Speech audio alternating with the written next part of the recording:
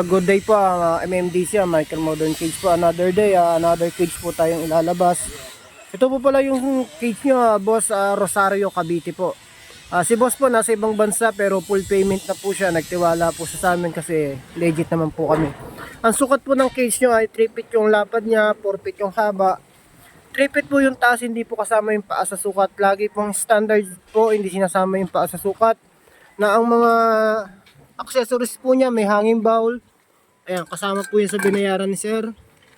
Dalawa po yan kasi 2-door po yung in-order ni boss. Yung pong division po niya nabubunot po. Ayan, nahuhugot po to, pwedeng 1-door. Yung mga pinto po namin pare-parehas po, angle bar ang gamit. Hindi po kami nagtipid sa materyales. Kasi pag nakita nyo ang mga pinto ay round bar, mga tinipid po yun, pangit po yung tingnan. Tapos po yung mga poop tray po niya, ayan po, poop tray dalawa. Ayan. Tapos meron po siyang rubberized na gulong. Ayun, naka-plastic pa po para hindi siya mapinturahan. Ayan. Ang steel matting po yan, 1/4 po, pinakamakapal na po. Ang kagandahan po nito, steel top po to. In case na ayaw nyo ng outdoor, pwede nyo tanggalin. Meron pa po siyang secondary na bubong. Ayan, pwede po siyang indoor. May lock naman po siya dito.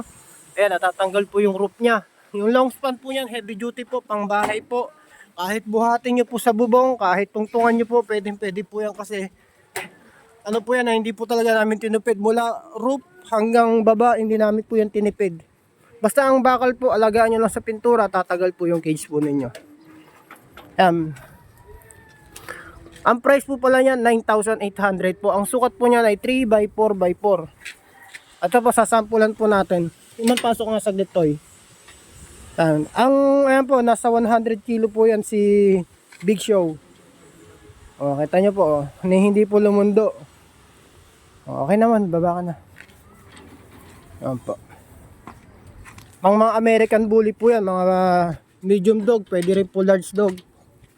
Meron din po palang lagayan ng padlock yan, ayun. Okay na boss. On the way na po yung magdi-deliver, sinasakay na po.